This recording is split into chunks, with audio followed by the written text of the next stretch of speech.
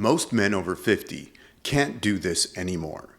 I don't mean chin-ups, I mean just hanging. This isn't about strength, and it's not about muscle. It's about shoulder capacity that almost every man loses as he gets older. And once it's gone, everything else starts to break down.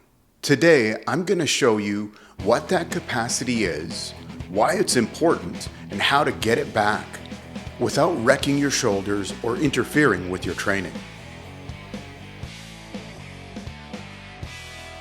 The capacity is overhead tolerance. It's your shoulder's ability to sit comfortably and confidently overhead under your own body weight without pain, tension, or panic. Most men lose this slowly. Years of sitting, driving, on the phone, texting, bench pressing, and almost never letting the arms go overhead under load. Then one day, hanging from a bar feels foreign or impossible. That's not aging, that's deconditioning. When you lose overhead tolerance, a few things happen. 1, your shoulders stop decompressing. 2, your shoulder blades stop moving the way they're designed to.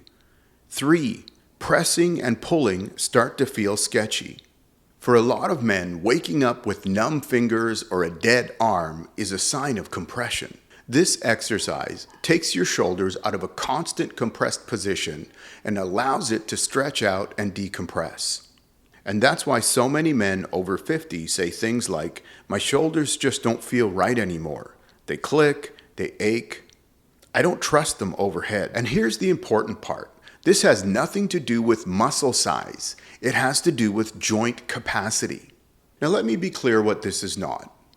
It's not a workout. It's not hypertrophy. It's not rehab. And it's not something you do until fatigue.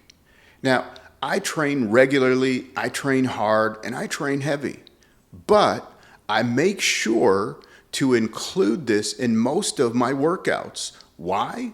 Because it doesn't interfere with my workouts, it actually helps them and helps my body through. This is a dead hang, and I mean that literally. Hands on the bar, shoulders relaxed, ribs down, and breathe. You're not pulling, you're not shrugging, you're letting the shoulders sit where they're designed to sit. And yes, before anyone asks, this is also spinal decompression. No, you're not going to grow 2 inches overnight. Here's what's really happening. Your spine finally gets a break from being compressed all day by sitting, driving, and gravity. You're not getting taller, you're actually standing the way that you're supposed to.